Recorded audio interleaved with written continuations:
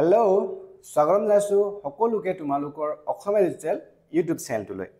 আজি আমি এইটো ভিডিঅ'ত তোমালোকৰ ক্লাছ 6ৰ অসমীয়া যি তোমালোকৰ 5 নম্বৰ যিটো পাঠ হয় ৰিমঝিম বৰষুণ আহে, এই যি তোমালোক কবিতা আছে এই কবিতাটো সুন্দৰকৈ আমি পঢ়িম, আবৃত্তি কৰিম, লগতে সুন্দৰকৈ আমি বুজি ল'ম। ঠিক আছে, যাতে পৰীক্ষাত তোমালোকৰ কিবা প্ৰশ্ন আহিলে যে তোমালোকে সুন্দৰকৈ প্ৰশ্নবিলাক উত্তৰ কৰিব পাৰা আৰু ভালকৈ পঢ়িব পাৰা। ঠিক আছে, এটা সুন্দৰ কবিতা হয়, বৰষুণৰ ওপৰত এটা সুন্দৰ কবিতা লিখিছে নৱকান্ত বৰুৱাদেৱে কবি। ইয়াত তোমালোকৰ কবিতাটোৰ আগতে এটা পেৰেগ্ৰাফ দিছে, তাত কিনো লিখা আছে এবাৰ চাই লওঁ, তাৰপিছত আমি কবিতাটো আবৃত্তি কৰিম আৰু পঢ়িম। ঠিক আছে, ঠিক আছে। তোমালোকক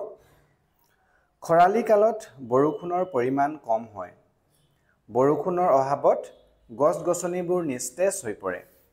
কিন্তু বাৰিষা কালৰ বৰষুণৰ ফলত চৌপাশ সেউজীয়া আৰু সজীৱ হৈ পৰে, নৈ বিল খাল ডুং আদি পানীৰে উপচি পৰে। কেতিয়াবা এই বৰষুণৰ পানী বাট পথৰ লগতে ঘৰৰ চোতালতো ভৰি পৰে, কণ কণ ল'ৰা ছোৱালীহঁতে কাগজৰ নাও সাজি এই পানীত উমলে। কবিতাটোৰ জৰিয়তে কবিয়ে বৰ্ষাকালৰ মনোৰম সৌন্দৰ্যৰ মাজত শৈশৱৰ ধেমালি ছবি এখন প্ৰকাশ কৰিছে। কি কৈছে, খৰালি যিটো ঠাণ্ডা দিন হয়, খৰালিৰ সময়ত কি হয়, বৰষুণৰ পৰিমাণ কম হয়, আমি সকলোৱে জানোৱেই, আৰু বৰষুণত কি হয়, গছ গছনিবিলাক যিবিলাক গছ নিস্তেজ হৈ পৰি গৈছে, যেন তোমালোকে মন কৰিবাচোন, পাতবিলাক শুকান হৈ পৰে, পকি যায়, হয়নে? কিন্তু বাৰিষা কাল, যেতিয়া নেকি বাৰিষা কাল আহি যায়, যেতিয়া বৰষুণৰ বাৰিষা কাল আহি, তেতিয়ালৈকে কি হয়, বৰষুণৰ ফলত চৌপাশ সেউজীয়া আৰু সজীৱ হৈ পৰে, হয়নে? গছ গছনিবিলাক পাতবিলাক সেউজীয়া নতুন নতুন কুঁহি পাত ওলায়, চবফালে গছ গছনিবিলাক সেউজীয়া হৈ পৰে। তেনেকৈ নৈ বিল খাল ডুং আদি পানীৰে উপচি পৰে, পানী হয়, হয়নে? আৰু বানপানীও হয় বহুত ঠাইত। কেতিয়াবা বৰষুণৰ পানী বাট পথৰ লগতে ঘৰৰ চোতালো ভৰি পৰি গৈছে, কণ কণ ল'ৰা ছোৱালীহঁতে কাগজৰ নাও সাজি পানীত উমলে গৈছে। তোমালোকে কাগজৰ নাও সাজি কোনোবা এনেকৈ খেলি পাইছানে? ঠিক আছে বাৰু। কবিতাটোৰ জৰিয়তে কবিয়ে বৰ্ষাকালৰ মনোৰম সৌন্দৰ্যৰ মাজত কৈছে, মানে কবিতাৰ জৰিয়তে কবিয়ে বৰ্ষাকালৰ সেই মনোৰম সৌন্দৰ্য সেইটো প্ৰকাশ কৰিছে কৈছে।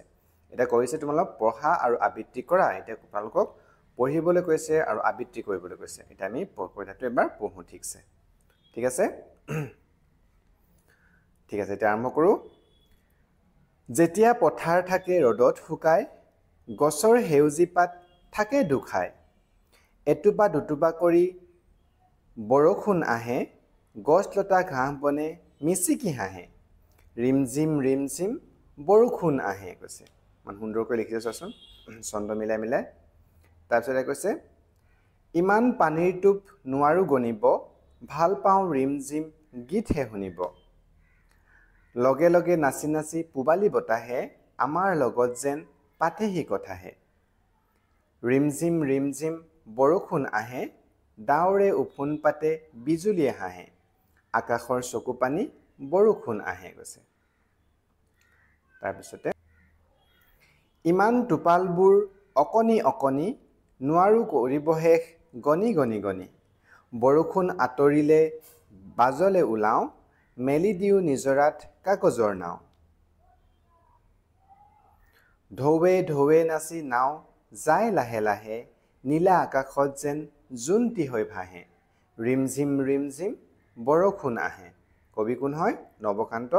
বৰুৱা। এতিয়া পঢ়িব পাৰিবানে?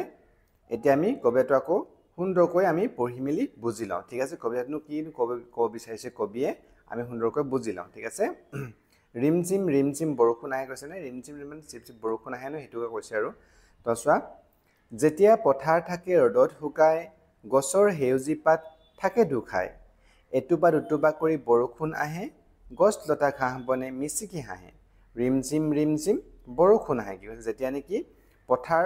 থাকে ৰ'দ শুকাই, যেতিয়া নেকি বাৰিষা কালত যেতিয়া কি হয়, কেতিয়াবা বহুদিন ধৰি যদি তোমালোকৰ আমাৰ কি হয়, বৰষুণ তেতিয়াহ'লে পথাৰবিলাক শুকাই যায়, মন কৰিছে তোমালোকে, তেতিয়া সেউজী পাত থাকে দুখাই, আৰু তেতিয়া নেকি তোমালোক মন কৰিবাচোন, যেতিয়া নেকি ৰ'দ খুব টানকৈ দি থাকে, তোমালোকৰ তেতিয়া কি পাতবিলাক যিবিলাক সেউজীয়া আমাৰ গছৰ পাতবিলাক এনেকৈ অকণমান লেৰেলা পৰাৰ নিচিনা হাউলি যে দু খাই থাকে, সেইটো এটা কৈছে। এটোপা দুটোপা কৰি বৰষুণ আহে, গছ তথা ঘাঁহ বনে মিচিকি হাঁহে, আৰু যেতিয়া নেকি এটোপাল দুটোপালকৈ যে বৰষুণ পৰিব ধৰে, তেতিয়াহ'লে কি কৈছে, গছ লতাবিলাক ঘাঁহ বনবিলাকে তেওঁলোকে হাঁহিবলৈ ধৰে কৈছে। আৰু কি কৈছে, ৰিমঝিম বৰষুণ আহে। তাৰপিছতে, ইমান পানীৰ টোপ নোৱাৰো গণিব,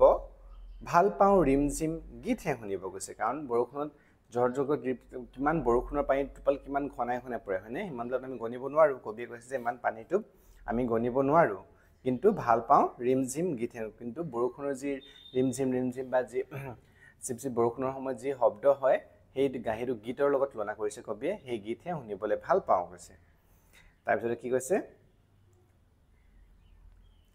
লগে লগে নাচি নাচি পুবালি বতাহে আমাৰ লগত যেন পাতেহি কথাহে ৰিমঝিম বৰষুণ আহে কি কৈছে যেতিয়া বৰষুণৰ লগে লগে পুবালি বতাহ যেনে বতাহ বৰষুণৰ লগত তোমাৰ চাচোন বতাহ বা বতাহ বয় নহয় সেই বতাহজাকৰ কথা কৈছে আৰু কথা কবি কৈছে যে সেই বতাহজাকে আমাৰ লগত যেন কথাহে পাতেহি যেতিয়া বৰষুণ আহে তাৰ লগতে যদি মৃদু বতাহ বয় লাহে লাহে বতাহ বয় আমি কিমান ভাল লাগে হয়নে ঠাণ্ডা বতাহজাকে গতিকে সেই বতাহ যেন আমাৰ লগত কথাহে পাতেহি ৰিমঝিম বৰষুণ আহে কৈছে ডাৱৰে উফুন পাতে বিজুলীয়ে হাঁহে আকাশৰ চকু পানী বৰষুণ আহে কৈছে কি কৈছে ডাৱৰবিলাকে উফুন পাতে যেতিয়া নেকি কোনোবা আমাৰ মানুহৰ লগত তুলনা কৰিছে আৰু কবিয়ে আৰু ডাৱৰ মানুহৰ লগত তুলনা কৰিছে যেতিয়া নেকি উফুন পাতে মানে যেতিয়া কোনোবা যদি অভিমান কৰি মুখখন ফুন্দাই থাকে ন সেনেকৈ ডাৱৰে অভিমান পাতে কৈছে বিজুলীয়ে হাঁহে আৰু বিজুলী যেতিয়া বিজুলী যিটো বিজুলী মাৰে নহয় বিজুলী কি কৈছে বিজুলী হাঁহিৰ লগত তুলনা কৰিছে বিজুলীবিলাকে হাঁহে কৈছে আৰু আকাশৰ চকু পানী বৰষুণ আহে বৰষুণত কিহৰ তুলনা কৰিছে কবিয়ে যেন চকু পানীহে হয় আকাশৰ যেন চকু পানী সেই বৰষুণ আহে কৈছে কৈছে ইমান টোপালবোৰ অকণি অকণি নোৱাৰো কৰিব শেষ গণি গণি গণি বৰষুণ আঁতৰিলে বাজলে ওলাওঁ মেলি দিওঁ নিজৰাত কাগজৰ নাও কৈছে যে ইমানবোৰ টোপাল বৰষুণৰ জাকতটো ইমান টোপাল পৰে কোনোবানো গোৱাটো আমি গণিবলৈ বা হিচাপ কৰাটো সম্ভৱ নহয় হয়নে সেইকাৰণে নোৱাৰো কৰিবহে গণি গণি ইমান গণি থাকিলেও আমি শেষ কৰিব নোৱাৰোঁ কৈছে বৰষুণ আঁতৰিলে বাজলে ওলাওঁ কৈছে বৰষুণ যেতিয়া আঁতৰি বৰষুণ শেষ হয় তেতিয়া আমি বাজলে মানে বাহিৰলৈ ওলাওঁ তেওঁ কি কৰে মেলি দিওঁ নিজৰাত কাগজৰ নাও আৰু যেতিয়া আমি বৰষুণৰ পানী ফলত নিজৰাত পানী বৈ যায় তাত কাগজৰ নাও মেলি দিওঁ কৈছে তাৰপিছত চোৱা ঢৌৱে ঢৌৱে নাচি নাও লাহে লাহে যায় নীলা আকাশত যেন জোনটি হৈ ভাহে ঢৌৱে নাচি নাও যায় লাহে লাহে নীলা আকাশত যেন জোনটি হৈ ভাহে ৰিমঝিম বৰষুণ আহে আৰু ঢৌৱে যেতিয়া নাচি নাও যেতিয়া বৰষুণ শেষৰ পিছত কি হৈ গৈছে সেই নিজৰাত নাওবিলাকে হালি জালি এনেকৈ নাচি নাচি নাওবিলাক যায় আৰু যেতিয়া কাগজৰ নাও সাজি দিওঁ নীলা আকাশত যেন জোনটি হৈ বাঢ়ে তাৰ যেতিয়া নেকি সেই কাগজৰ নাওখনত আকাশত যেতিয়া যেনেকৈ জোন ওলায় নীলা আকাশত যেনেকৈ জোনটি ওলায় নহয় তেনেকৈহে তেনেকুৱা ধৰণে সেই কাগজৰ নাওৰে পানী তেনেকৈ জোনৰ দৰে ভাঁহি উঠে গৈছে ৰিমঝিম বৰষুণ আহে গৈছে নৱকান্ত বৰুৱা কেনেকুৱা লাগে তোমালোকৰ কবিতাটো ভাল লাগিলেনে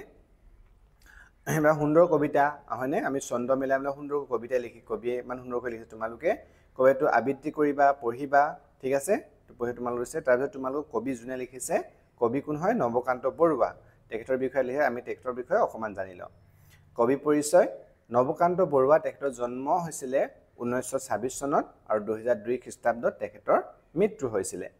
এগৰাকী তেওঁ কবি হয় ঔপন্যাসিক হয় আৰু শিশু সাহিত্যিক এখুত ককাইদেউ ছদ্ম নামেৰে তেওঁ বহু শিশু সাহিত্য ৰচনা কৰিছিল নৱকান্ত বৰুৱাদেৱে